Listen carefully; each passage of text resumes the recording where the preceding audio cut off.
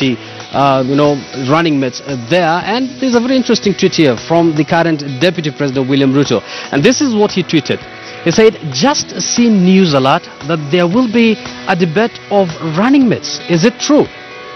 A very interesting tweet there. We're going to discuss what this tweet really means because it seems the Deputy President is not aware, or maybe he's being cheeky. We don't know. We have our analyst here who are going to discuss all these for us and separate facts from fiction. On my right is Mark Bichachi, a political analyst. Many thanks, Mark, for joining us. Thank you. We have Calvin Owidi as usual. He's almost becoming a resident analyst here, a political analyst as well. And Professor Masharia Munene is also an analyst. Of course, he is from the United States International University. We do expect Brian Mutie to join us any moment from now. If you're just joining us, this is the campaign edition of Choice 2017, where we're doing nothing else but just focus on the campaigns. For now, let's listen in to these two key personalities. Of course, we're going to cover all the rest, but let's focus on for now between these two individuals. That is Kalonzo Musyoka, who is the running mate of Raila Odinga, and the current Deputy President, William Ruto.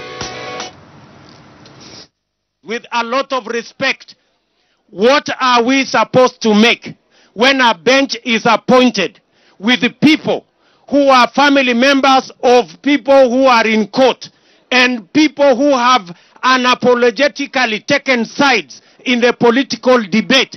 Are we supposed to continue believing that the judiciary is independent?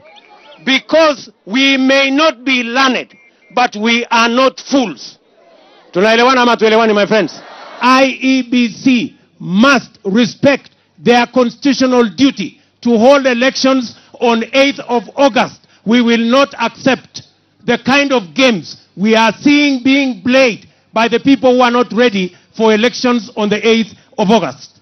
And secondly, we want to ask the Chief Justice a direct question. When the Chief Justice says that IEBC should not print ballot papers because there are cases in court, what does it mean to a layman like me and million others who are looking at the Chief Justice for independence? Does the Chief Justice want to tell us he has already determined all these cases that are in court and therefore IEBC should not print ballot papers? Is Justice Maraga ready for elections on the 8th of August, or he is part of the games now being played by the characters in opposition who don't want an election on the 8th? Mwezi nikazuia kina Uhuru Kenyatta na Ruto kuja kutafuta kura Ukambani. Ni haki yao. Vile mimi taingia mahali ambapo wanajidhani wako na support. Lakini ni vibaya kununua kura. Ni makosa kutumia machifu wetu ambao tumesema si chini ya serikali ya NASA, tutawaongeza hata mamlaka. Hakuna mtu atafuta chief.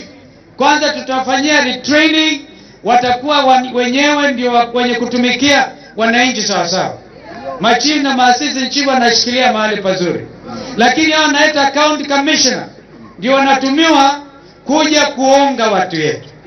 We want to put your notice. Tumechoka. Hatuwezi kuchoka bure. Of course, we have the 6 other running mates. We're going to focus on them shortly. But for now, those are the 2 key individuals.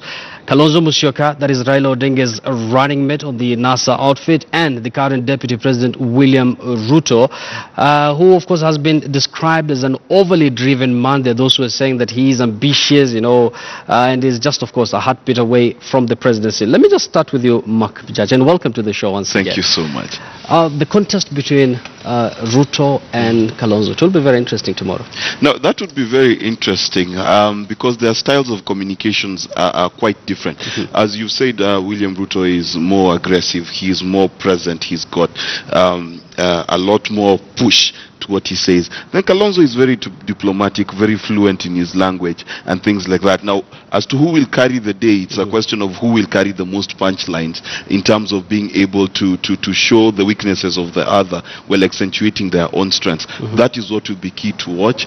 And of course, we know that Ruto has not been shy to go for the jugular in the past, and I expect he will continue to do that.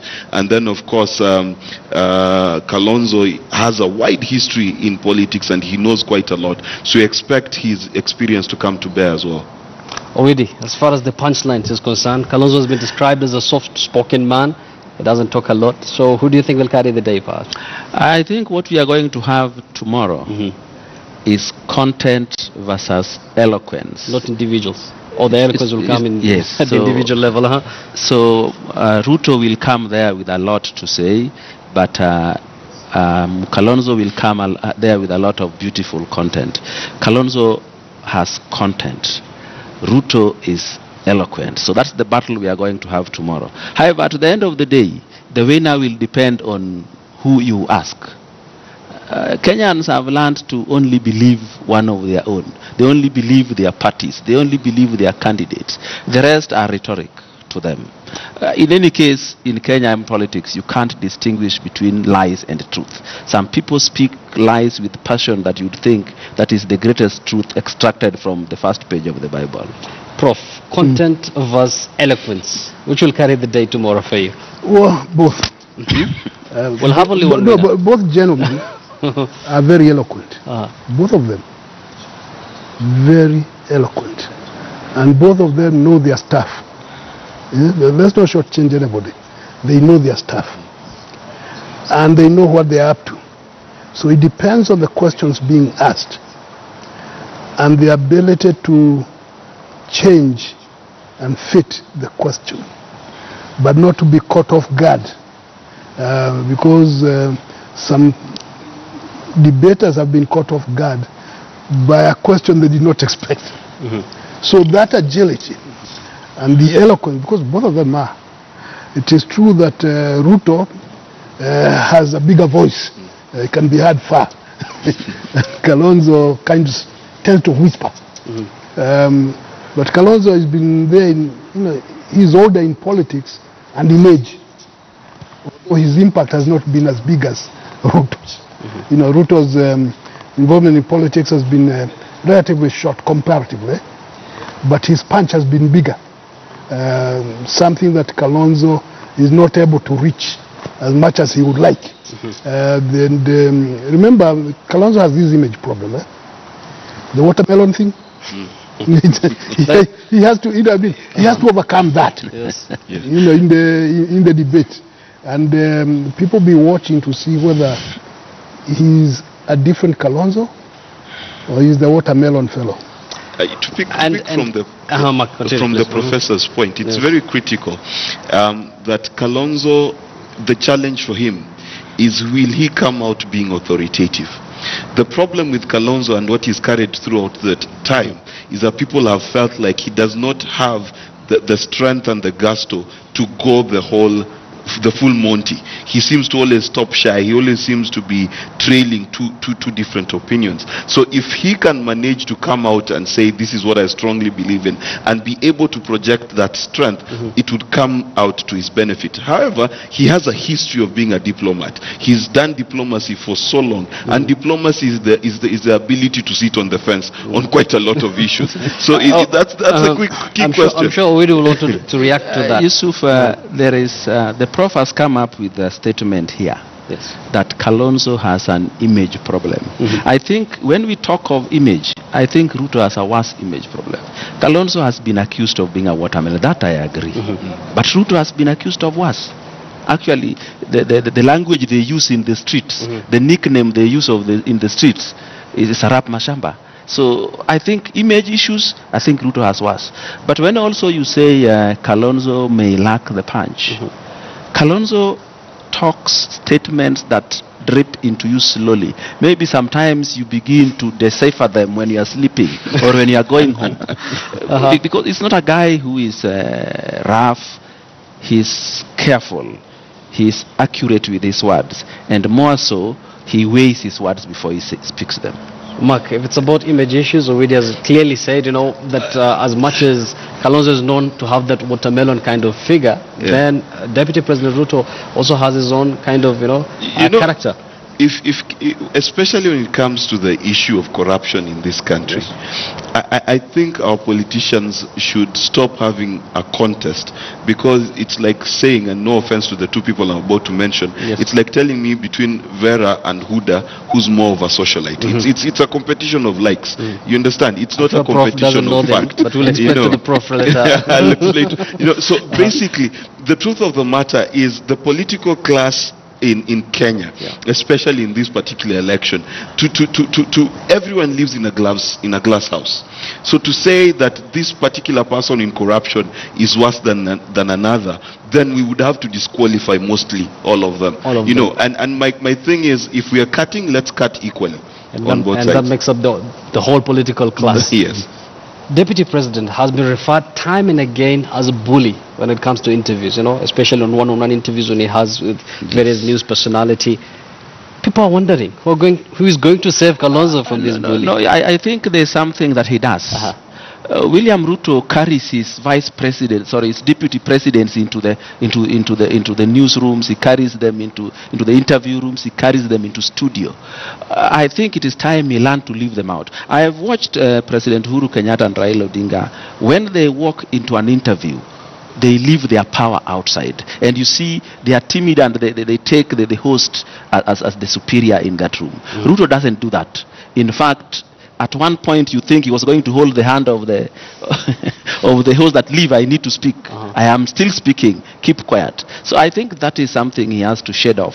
Otherwise he will be seen and he will be depicted as a bully, as you put it. Prof. See, character is part of the personality. And yes, William Ruto has this forceful character. And it is unrealistic to expect him not to be forceful in the debate. But the main thing is to find out what is it that he will be saying. How will he defend the accusations against him? Because there will be some. How will Kalonzo defend the accusations against him? Because there will be. And that's where the distinction will start showing up.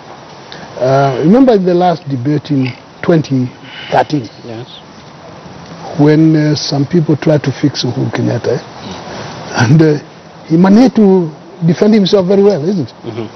He said there are some issues are personal, I will deal with them personally, and people believed it.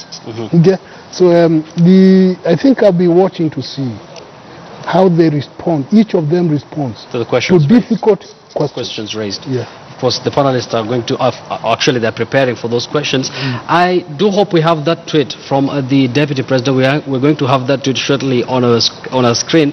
And Mark, from that tweet, something interesting. I hope you've seen the tweet. Yes, I've seen the tweet. It seems like the Deputy President is not aware of the debate.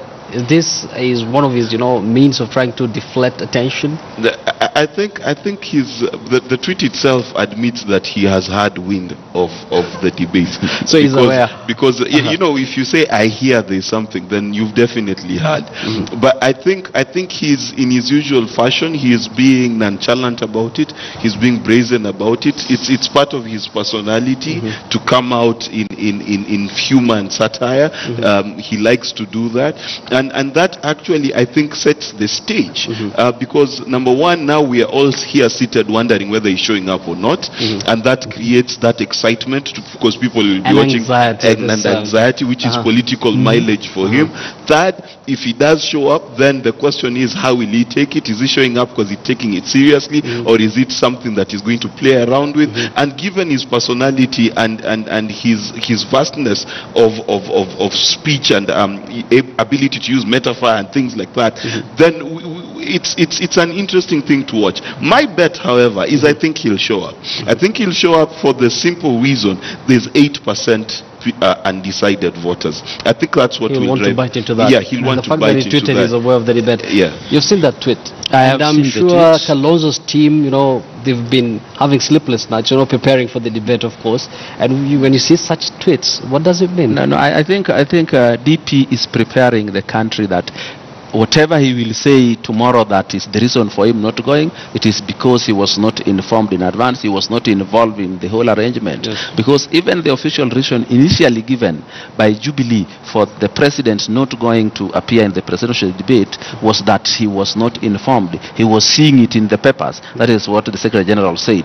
Ruto is doing exactly that. In fact, that tweet was unnecessary. It was not necessary. From a VP, no. That is not the way to handle this. But I think he wanted a message that goes to all and sundry, preparing them for the bombshell that will drop that is not attending. Some people might say this is a typical Ruto's character coming out. You know, Because that tweet has clearly created anxiety. yeah, you watch a boxing match, a championship. Some boxers are in the habit of psychologically torturing the other guy and raising doubt, and that might have some effect. I think there have been adequate consultations, Yes. and I think the deputy president will show up and he will do what he needs to do. But I don't know whether you remember the days of Muhammad Ali. Before he gets into the ring, he tells you how he's going to beat you up. Yeah. And they says around number 7, whatever it is, and he He'll to be done with deliver. his opponent. So actually it was taunting, yeah. So these are sideshows. And to be honest with you, because I'm trying to see where my brother is coming from, and I don't quite see it that way. Because I think if they went with the excuse that they were not told, it would be overplaying their hand. Because if the president said that, was that 2 weeks ago, they can't use the same excuse now. In my view, I think it's a strategy, because as they say, you in media, you know, any news is good news. In terms of and any publicity is good publicity as well. So the fact that he's the one who's tweeted that, it made him the person to look for. Yes. It made him the star of the show before even the show begins. It's made him the focus of our attention. We're debating that tweet now. Maybe he wants to be the Muhammad Ali of that debate. Only time will tell. Of course, we're waiting for that debate to take place tomorrow at the Catholic University, where the running mates, a total of 8 of them, are going to face off. But of course, we've chosen to focus on these 2 individuals. That is Deputy President William Ruto and Raila Odinga's running mate, that is Kalonzo Musyoka. We're going to tell you the names of all the others shortly. But NASA core principal, Senator Moses